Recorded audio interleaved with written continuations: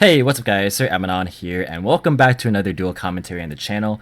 So before we even get started here, I just want to say first off that I want to thank you guys for voting in the community tab poll that I put up yesterday, asking for your guys' feedback and suggestions for improving my content and such.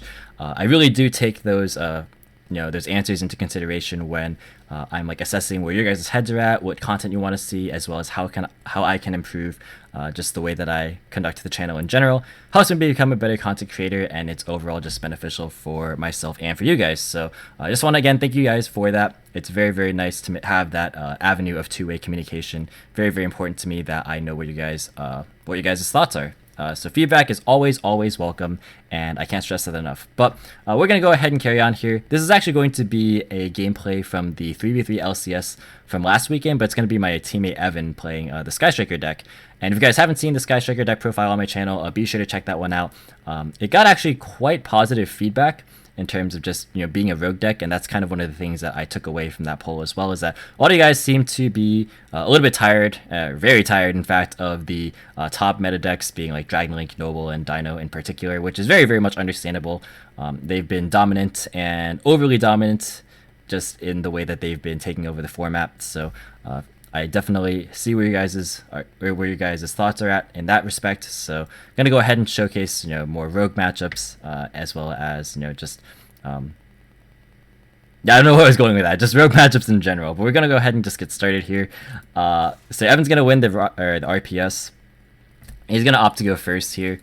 So this is round number 2, I do believe. I'm not gonna put the numbers of what rounds they are in the description, or sorry, in the title, because that would be a little bit too confusing, at least for my teammates and my friends' games.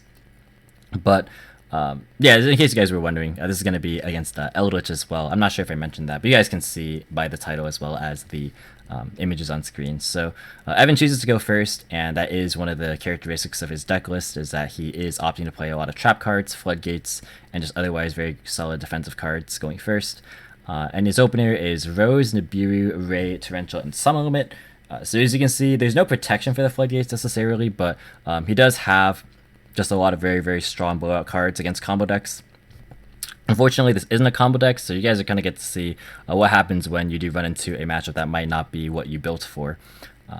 And then the Eldlich player's opening hand is kind of in a similar state. So it's Cursed Eldland, Torrential of his own, which I find to be pretty funny that they're both on Torrential, Drolling Lockbird, White Destiny, as well as Gamma. So you can see like the hand traps are not going to be necessarily the most impactful in this matchup on either side. But Evan's going to go ahead and start off with a normal summon to Ray, and then link off into Shizuku. Notably, he's not tagging out, he's just regular linking, because you can't afford to lose the Gamma on Ray effect. People used to tag out like back when like Valor only was popular around like 2019, but that's you can't play into Gamma, you can't afford to do that. End phase, Shizuku's going to activate, and that's actually going to be met with a Gamma here, which is not obviously too bad because Ray can just come back. He does opt to tag into Hayate here, still during the end phase, which telegraphs, not really telegraphs, but it tells us, with the perfect information that he wants to play around Summon Limit more than Torrential, because you could do cool plays with Torrential, like on the summon you can activate Ray and then chain Torrential, but he's choosing obviously to rely more on the back of the Summon Limit here. Eldlich is going to draw the Scarlet for turn, and he's going to lead with a copy of Cursed Eldland to go ahead and grab a copy of Lure to hand. Evan has to spend a little bit of time reading the Eldlich cards, because these were cards that came out while he was away from the game. As I did mention in the deck profile, he took a very, very long hiatus, like a year and a half or so from the game. So, reading the cards that came out during that time, was pretty important. Even though we did test, it's always nice to make sure that you understand what you're playing against. Lord Effect is going to go ahead and send the White Destiny to go ahead and target the set Summon Limit, which is not too bad in this matchup because this actually is just pure Eldlich, as you can see with like Torrential in the main deck. There's no actual supplementary engines, so it's going to be like an even grindier matchup than is normal. And then Lord Effect in Graveyard is going to go ahead and send the Cursed Eldland to summon it back at or Lord Summon itself, basically. And then that's going to line up pretty nicely with Torrential because it now can't be destroyed by card effects. Curse is going to send the Hawk Arrow, and then, whoops, and then he's going to go ahead and banish the White Destiny to set a copy of Conquistador from deck, and then go ahead and set Scarlet and set Torrential, and then end phase activate Hawk Arrow to set another Scarlet from deck. So yeah, it's going to be quite a bit of back and forth here in this first game. Evan draws Red Ice Fusion, so now he has to kind of make the choice between committing to the Fusion or just committing to the Striker plays. He does have Striker Engine online, but in standby phase, yeah, Eldlich is going to go ahead and flip up Conquistador to pop the Hayate. That's going to go ahead and trigger off Ray, to which will be responded to by Torrential Tribute on Eldlich's side. There's not really a big point in tagging out Ray here, because like, yeah, you could like summon it and trigger Rose, but just normal summon the Rose anyway, which is what he's gonna do in main phase 1. Excuse me. He's gonna link that off into a Hayate and then go battle phase to attack for 15, and then he's going to go ahead and send Hornet Drones. So the options there were like Hornet Drones to go for like a follow-up play, or possibly a Verite Anaconda if he wants to, which I'm thinking is possibly what he wants to do to just like simplify the game state. He is playing multiple copies of Red Ice Fusion. He could have also sent Widow Anchor just to have a more defensive card, or Shark Cannon, which is like really good in this matchup because Banishing Lord is like very, very powerful, especially against Pure, because they actually just don't have any other win condition, right? If you just banish all their lords with Shark. But main phase 2, gonna go ahead and Kagari add back the Hornet. I didn't actually watch the early stages of this match ahead of time, so I'm not quite sure what happens.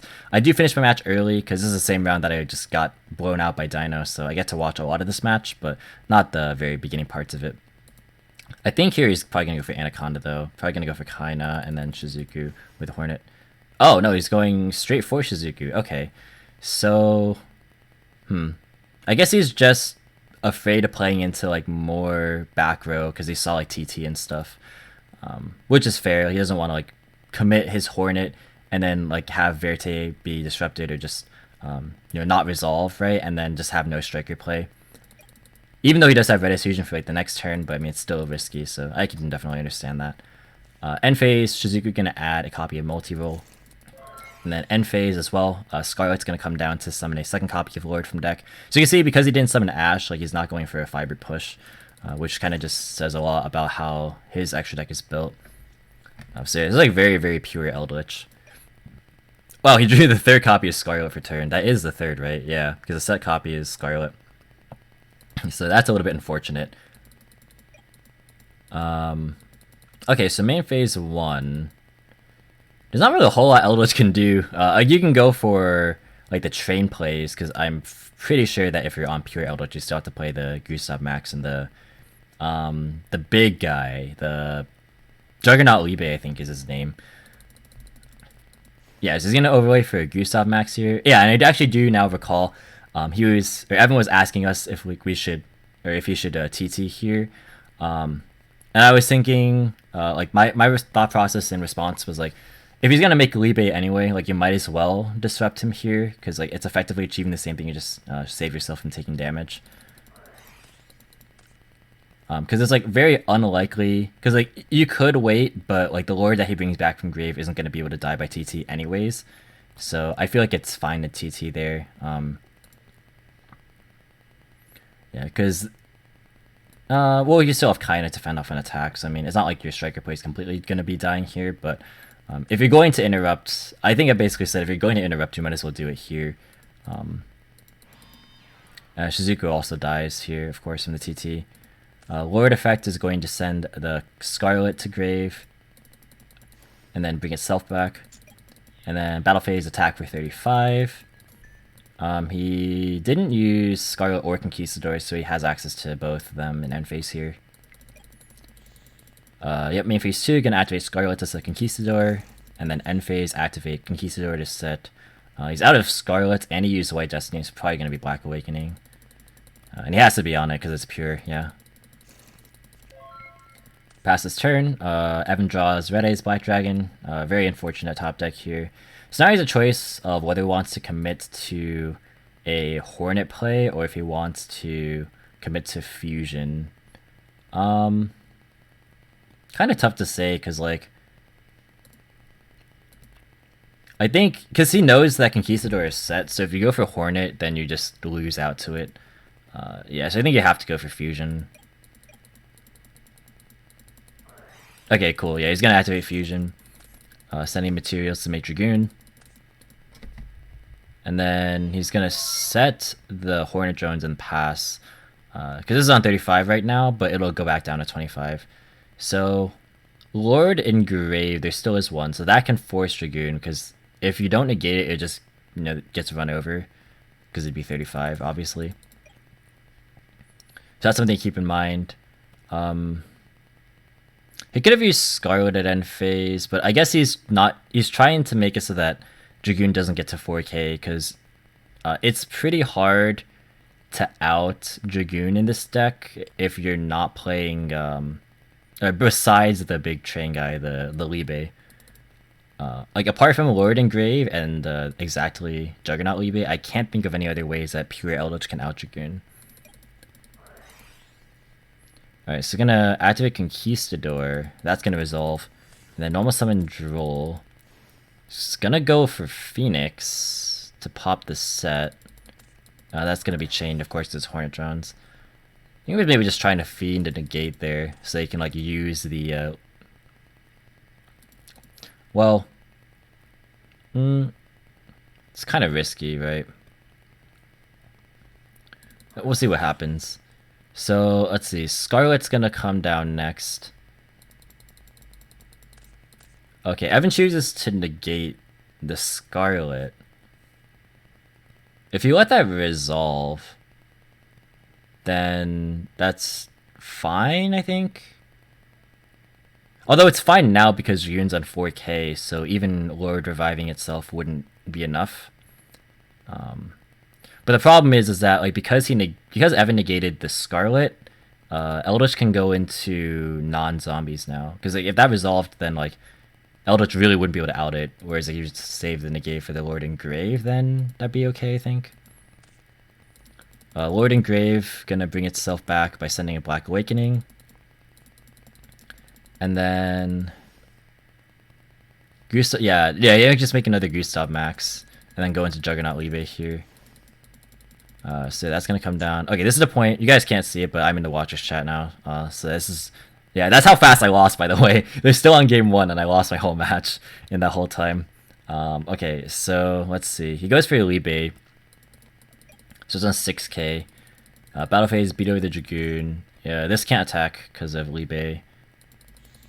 So he still has at least a Striker engine, but his Conquistador as well. Black Awakening is going to set Conquistador. He used the Conquistador at the start of the turn with like the Droll play to make Phoenix, so he can't get access to another... Well, he is actually out of Eldlixirs, so he doesn't have Lord access anyways. But yeah, but he does have a Scarlet to set Wakero as well. Okay. So here he's not playing against any actual disruptions. I kind of remember this game state now. It's kind of hard though because Evan's on such low life points. He can't pay for Anaconda because he does play Magical Ice Fusion to make another Dragoon, but he can't really do it here. So it's kind of hard. He's gonna activate multi-roll, and then go for a copy of Kagari. He's gonna, or not Kagari, sorry, Hayate. Battle phase, attack for 15, and then Hayate send a copy of Burner.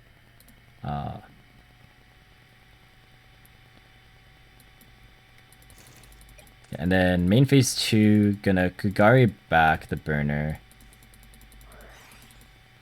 And he's gonna Burner pop the Phoenix.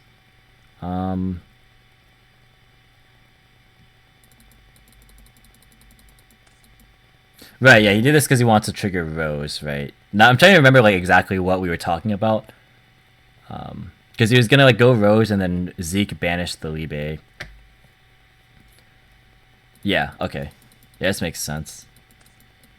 Yeah, and then now I remember exactly, like, we misplayed here at the end. Yeah, so we go for Shizuku, and we're deliberating on Widow versus Shark. And then I was like, oh yeah, Shark's really good against Eldlich, but then I totally forgot that because both of these sets were the Golden Lands, he could just make Pleiades and kill him by attacking over. So the correct play would have been to go for Shizuku, or sorry, Widow off the Shizuku. It would have been tough still because of the fact that there were like multiple Golden Lords in Grave, so like it would have been hard to do the whole thing. If he draws any spell or trap, then it wouldn't really have mattered regardless if it was a Widow.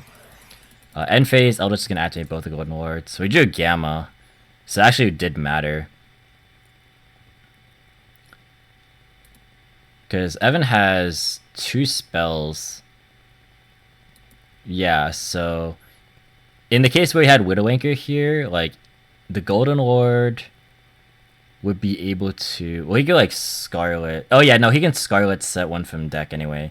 Yeah, so he could still Scarlet set 1, and then like Pleiades and Lord both be on board, and then yeah, I think it was game no matter what here. I think, unfortunately, just because of the life total. But he's gonna make Pleiades and just kill Evan here, unfortunately. That's just gonna be game. So game number 2, Evan's gonna go first again. I definitely felt responsible because I was definitely pushing Evan to be like, oh yeah, Shark's really good against Golden Lord, just like in general. But yeah, I definitely forgot that they play Pleiades and like could just beat over. So yeah, that was definitely. I actually take responsibility for that game, that loss there. At least like towards the end. I don't know if it would have made a difference in the end again because like of what I just mentioned, but that is indeed what happened. But Evan's gonna go first, like I mentioned. His opener is Imperm, Cosmic, Summon Limit, Red Ice Fusion, and Terraforming. So it's Dragoon with like ways to protect Floodgates, so that's actually not that bad. And then Eldlich opens Conquistador, Lancia, which is pretty interesting. Cursed, Hakero, and a Lightning Storm. Lancia is pretty interesting. It has to be just a defensive card against like Cosmic and stuff. Terraforming is going to add Mystic Mine, which I find to be kind of funny. Just like adding Mystic Mine turn 1. He's going to go ahead and use Red Ice Fusion to summon a Dragoon. And then set Summon Limit and Cosmic and keeping Imperm in hand. You can't be afford to be blown out here. Plus it's like one of the better cards to pitch with Dragoon anyways. Like mine is just a backup in case things go wrong. Although to be fair, mine is not the greatest against Eldlich anyway, because of Conquistador of course. Main phase 1 gonna activate Cursed. It's kind of surprising that he didn't opt to use the Lightning Storm just to at least like force the Dragoon. Although granted, like again, it's very very hard for Eldlich to out Dragoon, just like if it is higher than 3k attack. Because like then that turns off the option for Lord to be in Graveyard to just bring itself back. Lord gonna send the Cosmic. Yeah, probably should have just Cosmic the Cursed. Yeah, I don't remember exactly why that didn't happen, to be honest. But yeah, we should have used Cosmic on Cursed there. Yeah, I can't really give a great explanation for that one. But he's going to go ahead and follow up by setting the Lightning Storm. And then use it for Lord to bring itself back. But then that's going to be met with Dragoon. Conquistador is going to be set, and then Hakero is going to be activated in end phase. Sorry if my commentary is a little bit slow here. I'm just trying to like process everything because it is a little bit of a slower matchup here. Battle phase, Dragoon attacks for 3k. Well, it is supposed to be on 3k. The counter shouldn't be there. I think we fix it later. But yeah, he's going to pop the Conquistador in main phase 2. It actually doesn't burn there, but it ended up not mattering because he ended up scooping. So that was kind of a weird game because yeah, things kind of went awkwardly, but yeah, Eldlich just has such a hard time outing Dragoon. So that's kind of like a very, very solid win condition. So going to game 3 here, Eldlich is going to opt to go first. You can see like very, very pure Eldlich build. I really don't know if pure plays Foolish Goods just in general anymore, or like I'm not even sure if Foolish Goods was ever standard, but like it seems okay, just like very, very slow. But I guess the deck in general is slow anyways, so like it's not really gonna. There's not a lot of ways to alleviate that if you're not playing other engines. But yeah, Eldlich opens up a double Gamma, Driver, Eldland, and Foolish Goods. So it's like a slow start, but it's good enough. And then Evan's hand is There Can Be Only One, which is pretty decent. given the fact that you can't use the golden lands with Glord up, so that's pretty good. Shark Cannon, Imperm, Red Ice Fusion, and Terraforming. So a lot of the same cards actually. Curse is gonna go ahead and activate to probably add a Conquistador. I imagine Foolish Goods is just gonna send a golden land to get Scarlet End Phase. Yep, send Hawk Arrow, and then go ahead and grab Scarlet End Phase. And then Evan's gonna draw Rose for turn. He's gonna Terraforming to add Area 0 this time, because he has more like a more striker heavy hand. So he's not like solely reliant on Dragoon, although he is gonna go for it here just because it is such a strong win condition against Eldlich. They have again such a hard time outing it. Battle phase, attack for 3,000. And main phase 2, activate Area, targeting the set Imperm, because it is pretty weak in this matchup. He's going to add multi-roll, which opens up quite a lot of options here. Because this now allows for like the recursiveness of just the Striker engine in general. Have to be a little bit careful with the Shark Cannon, because you do want to use it like in like multiple turns afterward against this matchup, because that your opponent's on at least 2 Lords, because we did see multiple Golden Lords in game 1. And like you don't want to banish your only copy, because he is only on 1 copy. Like I said, there can be and set Shark Cannon and pass. End phase gonna activate Scarlet to summon a Golden Lord. And then he's gonna Conquistador. Evan chooses not to negate any of this because like he has flipped there can be only 1, and then like that kind of is just it's good enough. Conquistador is gonna pop Area, and he chooses not to use it just in case like he needs to use Shark Cannon. Like if the there can be somehow gets outed, because he's not really playing with the striker cards at the moment. Standby is just shotgun. There can be only 1. That way he can't like go into link play and then use Golden Lord.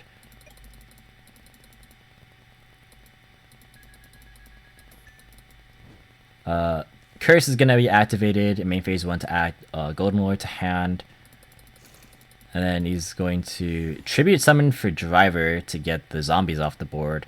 And he's probably going to use the hand effect of Lord first. Dragoon's going to negate that. Yeah, it does. Oh yeah, this is a game where we fix the counter thing. Yeah, Lord effect is going to be met with the Shark Cannon. So that's kind of like why he didn't use the Area 0, because like it ended up being that he had to use Dragoon to protect There Can Be, and then Shark Cannon to protect Dragoon. So it's like the whole board protects each other, right? And Eldon's gonna send a Quackero to grave. But at this point, it's like Eldlich has such a hard time outing this. Yeah, Scarlet gonna set Conquistador, and then battle phase, Driver gonna attack into the Dragoon, just to get it off the field so they can't like burn and then attack for game. Because like you can use Conquistador to like block.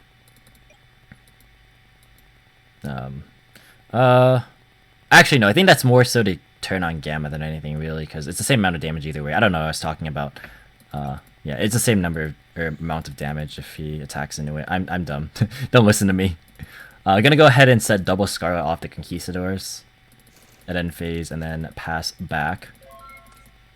Evan draws Cosmic, which is a very good draw. He's gonna go ahead and go battle phase attack, and then Conquistador is gonna be activated. That's gonna be met with a Cosmic, and then the Scarlet's going to be met with the Dragoon. And because it's not activate once per turn, it's use once per turn. You can't flip the other one. So that is actually going to be the game there. So quite a lot of back and forth here. Very grindy matchup, as you can probably expect from these two decks. But that's just kind of the basic game plan of what Evan had in mind with the deck. Even though it was built to be combo, and he didn't play against combo in this round, it still is, very nice seeing that like the floodgates still have utility in other matchups, especially There Can Be against Eldlich, which is very strong, and you can decide into other cards like Cosmic and stuff to just beat the control matchups. So that is a pretty basic showcase of what his deck is able to do. If you guys want to see another match, I do have another match against Dragon Link. There's actually 2 matches against Dragon Link. I'm not sure how much Dragon Link you guys want to see, but let me know if you guys want to see that matchup, and I will get around to that if you guys are interested. But guys, that's gonna do it for this video. Thank you so much for watching. Hope you enjoyed. If you did, be sure to leave a like as well as any thoughts or feedback in the comment section down below. Subscribe for more informative and competitive Yu-Gi-Oh content. If you want to, you can Follow me on Discord, Twitter, or Twitch. All the links in the description as always. And once again, thank you so much for watching. And until next time, I'll catch you in the next video. See you guys.